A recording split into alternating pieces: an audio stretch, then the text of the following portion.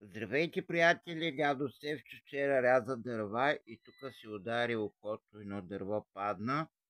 Без малко да ме уби. Щяхте да останете без дядо Стефчо.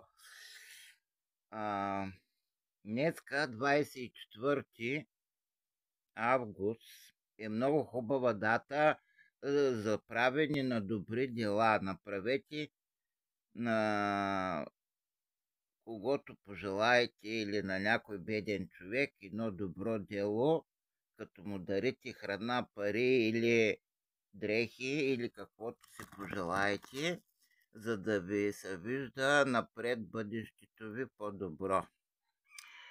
Така, дядо Стефчо, целувки, пазете се, вярвайте в Бог и Бог ще ви помогне. Целувки.